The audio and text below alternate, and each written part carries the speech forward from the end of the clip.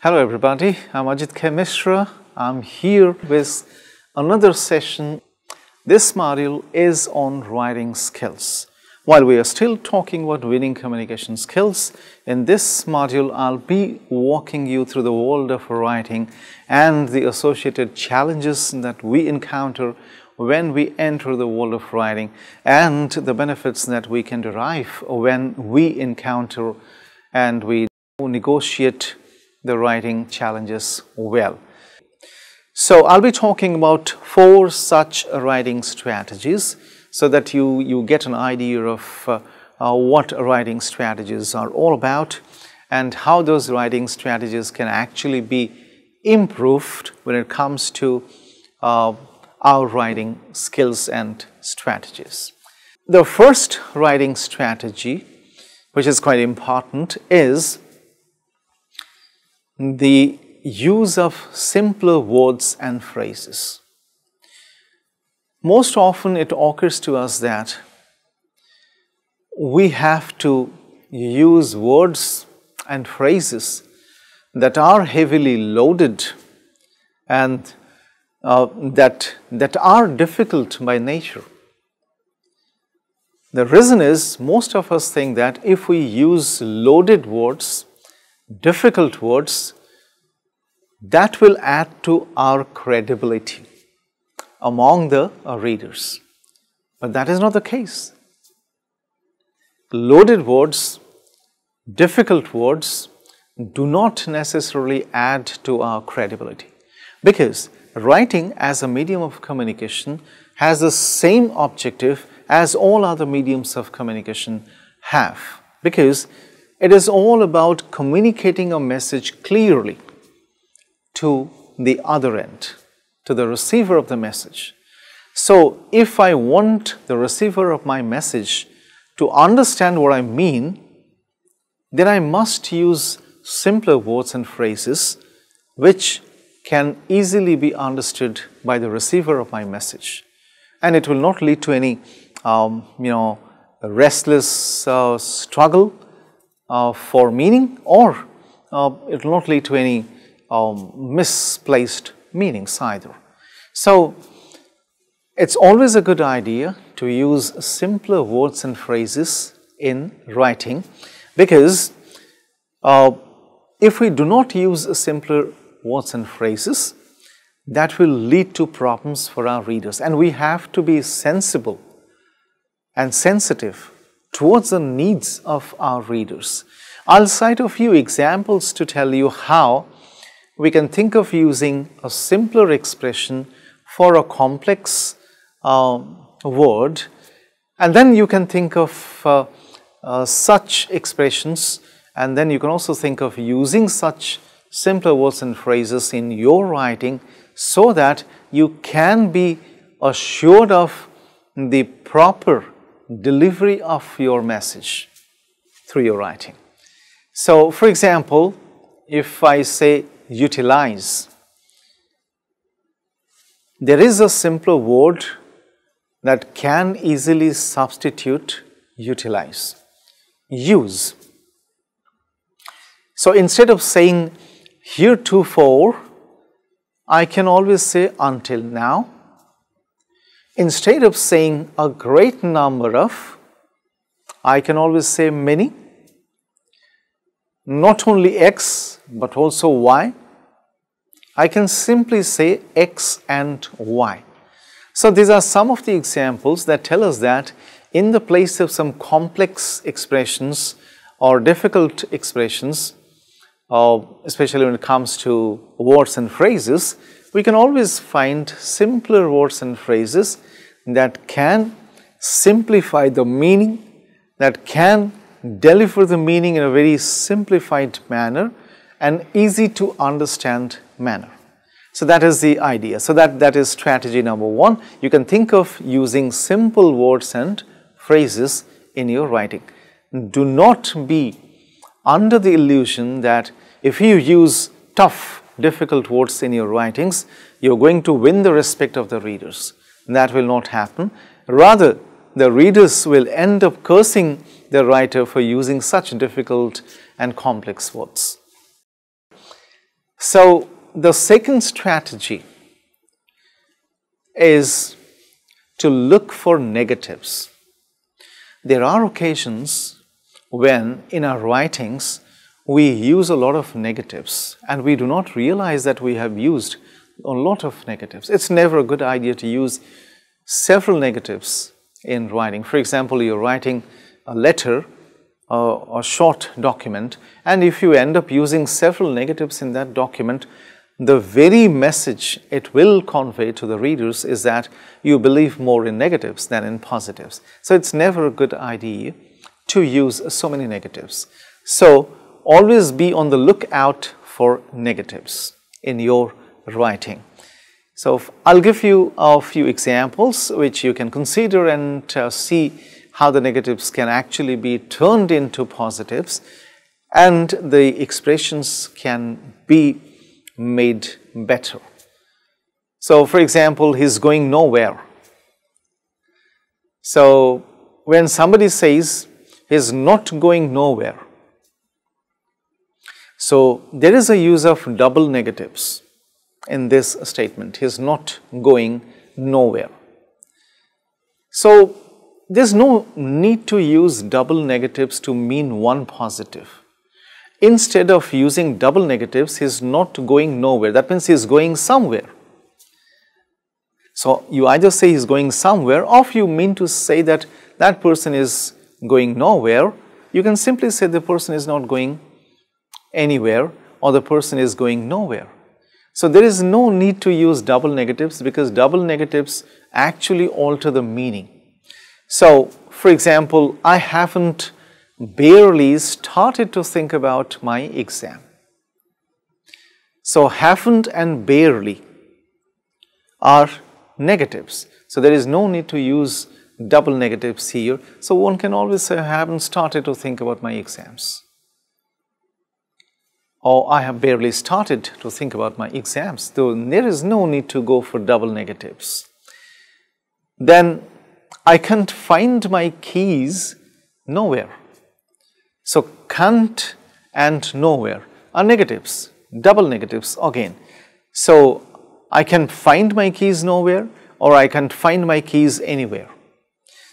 So we can always minimize the use of double negatives in a statement. So the pilot can't find no place to land. Instead we can say the pilot can't find any place to land or the pilot can find no place to land. So most often we end up using double negatives in a sentence and that actually alters the entire meaning of the sentence. So we have to be very, very careful about double negatives so that we do not mess up with our writing. A third strategy that we need to adopt when it comes to writing tasks is the use of shorter sentences. Shorter sentences. There are people, there are good writers, great writers who can effortlessly use longer sentences. They can use sentences that never end. They are good at doing that because they have been established in their own fields. They have been doing the writing task for a long, long time. Therefore, they are familiar with the different conventions of writing. They can do that. And there is absolutely no need for everyone to imitate the writing style of such great writers. So it's always a good idea to use shorter sentences or shorter expressions because technically by using shorter expressions we can minimize the error quotient of a writing. So the error level can actually be minimized by using shorter expressions or shorter statements or even shorter sentences. There is an example. Take a look at this. An input value greater than 100 causes the triggering of logging. So an input value greater than 100 triggers logging. So we can always trim the earlier sentence by dropping causes the triggering of logging. So just by saying that, it triggers logging.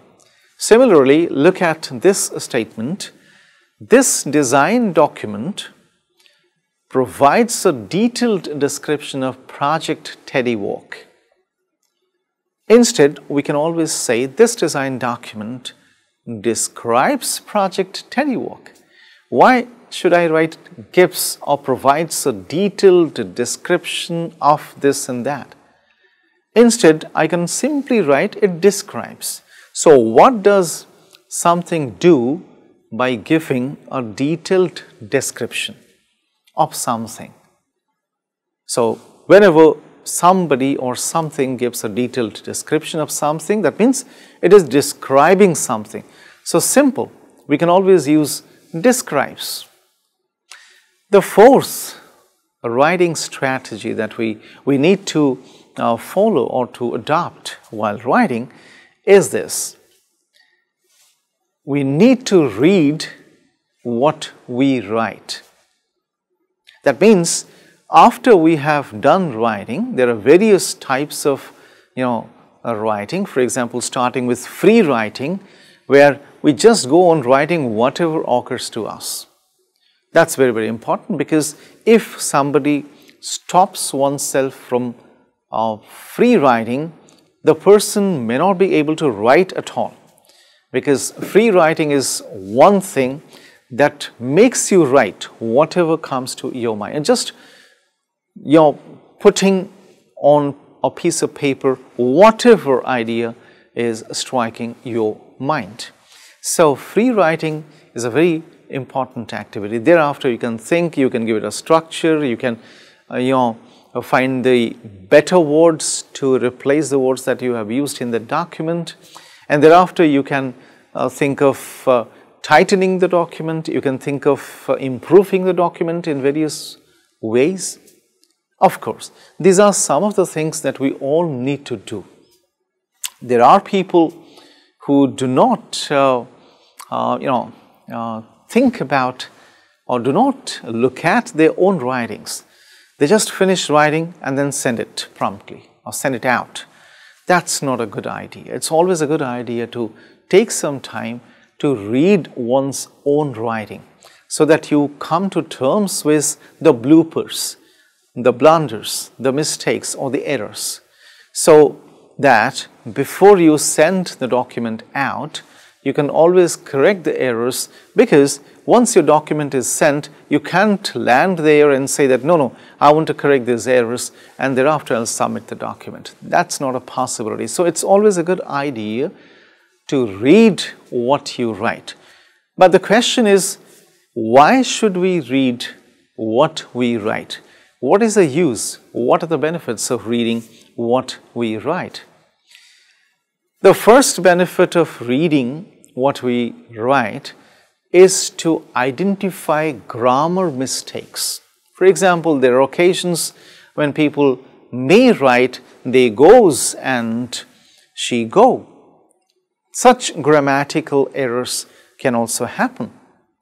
So, in order to locate or identify glaring grammar mistakes or grammatical errors, reading what one writes is a very important activity, because we can promptly pick out the grammatical errors or grammar mistakes, and then we can think of removing them.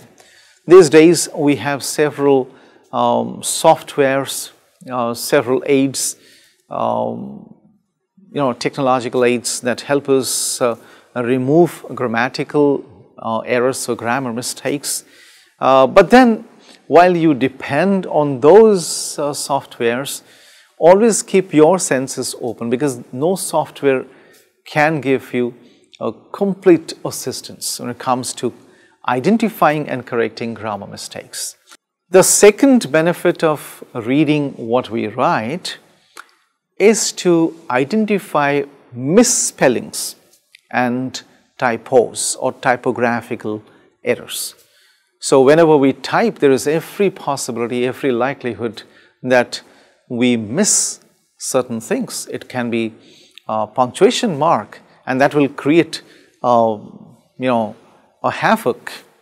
So therefore, it's not a good idea to send a document out without reading it, because we can find out misspellings and typos. Sometimes we spell a word wrongly. Sometimes because of a typographical error, a word is misspelled, which means something else, or because of a typographical error, it might mean something embarrassing or insulting to the readers.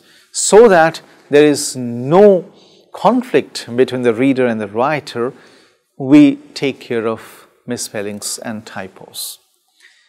A third benefit of reading what we write is to identify punctuation errors, because punctuation errors can actually lead to several problems if we do not take care of them.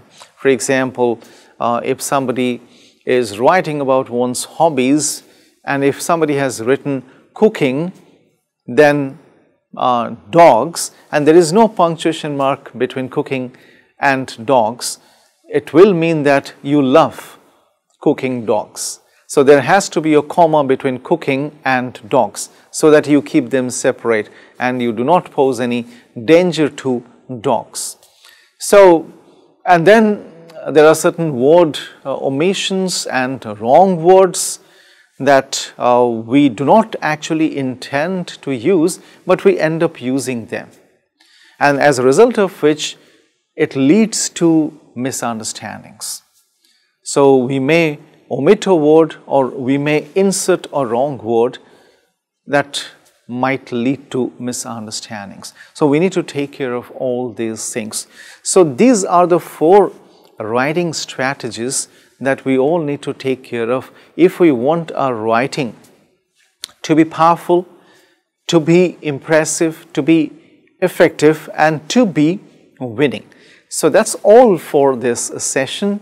I'm sure you have taken note of these strategies that I have just talked about, and now you'll explore them further and you'll improve your writing strategies. So thank you for joining me. Bye-bye.